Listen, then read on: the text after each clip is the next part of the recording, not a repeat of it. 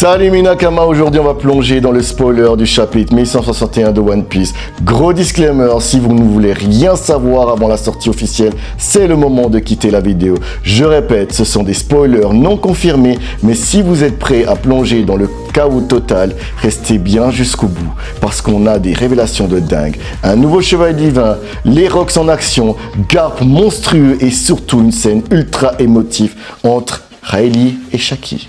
Donc, à tout de suite après le générique.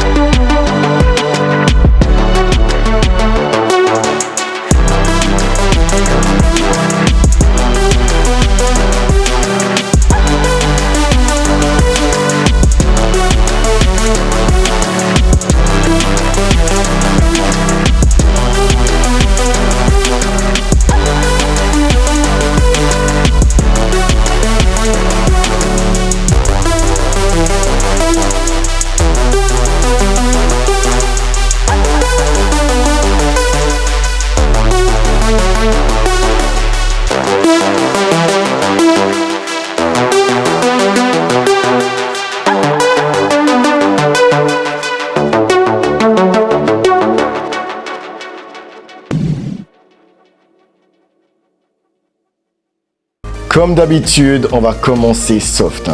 Le chapitre arrive avec une color spread spéciale. On y voit l'équipage du chapeau de paille dans une machine à pince géante. Luffy porte des peluches de Shanks.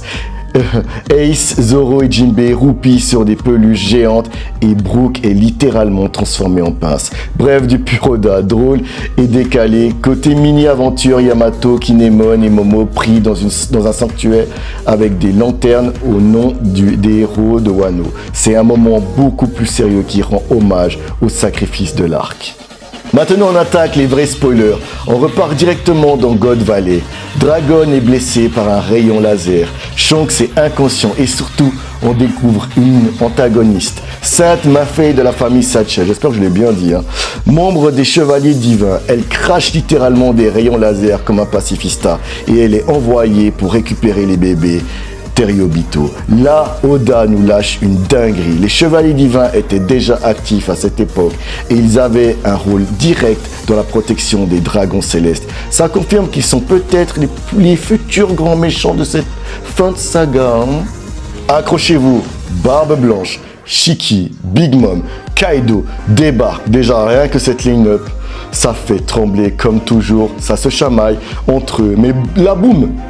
Une armée de pirates de Yashinotsu tente de se faire un nom en attaquant les Rocks. Résultat, Oda nous offre une double page épique où Barbe Blanche, Kaido, Big Mom et Shiki s'unissent pour les détruire. C'est ce genre de scène qu'on attendait tous. Voir les monstres du futur combattre ensemble avant leur séparation. Clairement, Oda veut graver dans nos têtes que les Rocks étaient un équipage imbattable quand ils mettaient leurs différends de côté. Et qui débarque pour calmer tout ce beau monde ?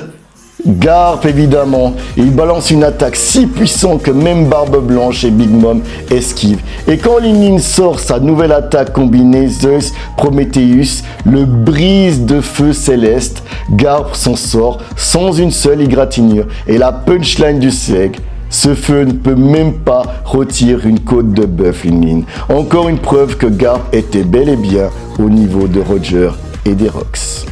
Mais le vrai climax du chapitre, c'est Rayleigh et Shaki. Shaki se bat enchaîné mais finit dominé par Summers, un homme lié à Garny. Et là, entrée fracassante de Rayleigh, avec une nouvelle technique. Igambana sert de l'au-delà, une attaque qui rappelle l'onigiri de Zoro. Et c'est sûrement pas un hasard, la suite est encore plus belle. Rayleigh tend la main à Shaki, exactement comme Luffy l'avait fait avec Momo.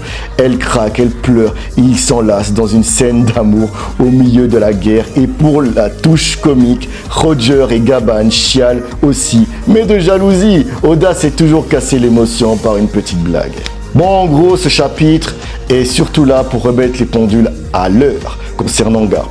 Pour moi, il n'y a plus de débat. Garp était beaucoup trop fort. Certains diront peut-être que les Rocks n'étaient pas encore à leur prime. Mais c'est faux. On sait que Barbe Blanche et Garp avaient à peu près le même âge. Et même si Barbe Blanche était entourée de monstres comme Kaido, Big Mom et Shiki, il avait quand même préféré fuir.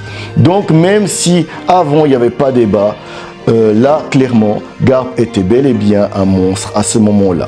Concernant Dragon, on voit que Barbe Blanche l'a protégé et ça explique aussi pourquoi Shanks est le seul bébé à avoir pu s'en sortir. Parce que Dragon a réussi à le récupérer. Du coup, toutes les théories qu'on a pu voir sur Shamrock en espion à la botte de Dragon, ça tombe complètement à l'eau. Autre point marquant, on voit Rox hurler le nom de sa femme et de son fils. Et là, je vais féliciter Nina. Sa théorie, pour ceux qui la suivent, semble se confirmer. On sait que Roger et son équipage ont obtenu ce qu'ils voulaient. Donc, ils sont partis, tandis que les Rox s'entretuent entre eux. Donc, la vraie question, c'est qu'est-ce qui a poussé Garp et Roger à devoir s'allier malgré tout? Et pour moi, la réponse est claire. Rox va être contrôlé par Gonko, ce qui colle parfaitement avec la théorie de Nina. Voilà pour les spoilers du chapitre 1161.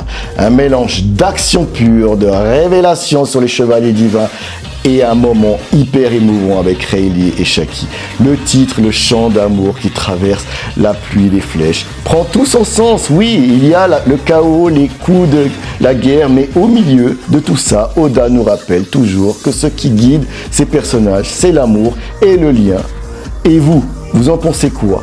Est-ce que vous voyez les chevaliers divins comme les antagonistes finaux, parce que moi pas, et est-ce que Rayleigh et Shaki vont encore peser lourd dans ce flashback? Balancez vos avis dans les commentaires et on débat.